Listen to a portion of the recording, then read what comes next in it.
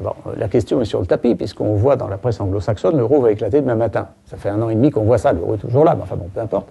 Alors ce thème de la sortie de l'euro, il est né clairement des conséquences de la crise financière, et du fait qu'à l'issue de cette crise, des États financièrement fragiles, comme la Grèce, comme l'Irlande, comme dans une moindre mesure le Portugal, se sont retrouvés avec des difficultés à financer ou à refinancer leurs dettes sur les marchés.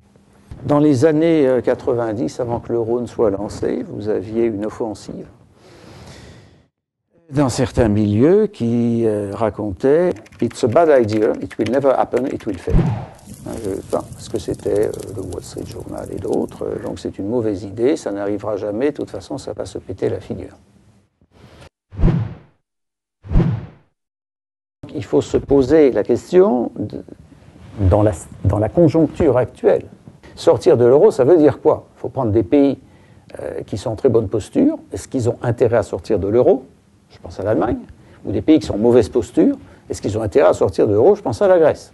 Donc, sortir de l'euro, j'allais dire par le bas. C'est-à-dire pour un pays qui est en difficulté, ça veut dire quoi? On peut imaginer qu'un État comme la Grèce, par exemple, qui sortirait de la zone euro, dévaluerait sa monnaie.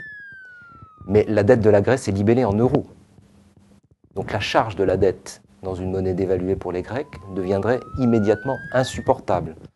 Je prends un exemple. Suite à une dévaluation, une sortie de la Grèce de la zone euro, un ménage grec ou un employé grec qui travaille 1 heure pour l'équivalent de 10 euros travaillerait 1 heure pour l'équivalent, si la monnaie est dépréciée de 50%, 5 euros.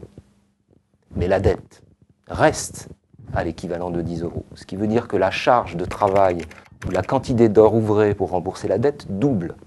Vous avez une nouvelle monnaie qui dévalue. Et naturellement, la marchandise que vous êtes obligé d'importer parce que vous ne la fabriquez pas, elle va vous coûter plus cher.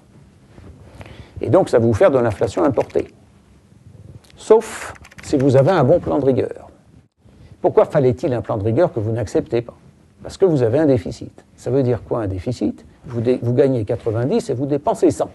Vous êtes obligé de dépenser ce que vous gagnez. Plus personne ne vous prête. Donc, du jour au lendemain, au lieu de dépenser 100, vous dépensez 90, dans mon petit exemple. Et donc, la rigueur, elle est là. Parce que vous n'avez plus accès temporairement au marché. Ça reviendra au bout de quelques années, c'est pas grave. Mais temporairement, c'est douloureux. Donc, c'est pas évident. Maintenant, il y a la sortie par le haut, celui qui va très bien. OK? Il sort par le haut, sa monnaie réévalue par rapport au reste. Autrement dit, ses avoirs à l'extérieur se dévaluent. Deuxièmement, à quoi sert de se serrer la ceinture pendant 10 ans pour être compétitif si demain matin, la monnaie se réévalue et qu'on perd comme ça? Donc, tout ça n'est pas évident. C'est-à-dire, les avantages de sortir de l'euro ne sont pas du tout évidents.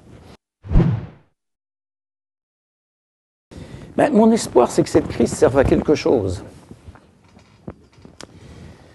De manière récurrente, pour prendre un tout autre domaine avant de revenir dans l'euro, en général, les choses n'avancent pas quand ça va bien. C'est souhaitable que les choses avancent quand ça va bien, parce que c'est plus confortable de les faire avancer, mais quand ça va bien, pourquoi s'enquiquiner? Donc il ne se passe rien. Je pense que l'euro sera encore là, sans doute plus solide qu'aujourd'hui, si les politiques tirent les leçons qu'il faut tirer de la situation.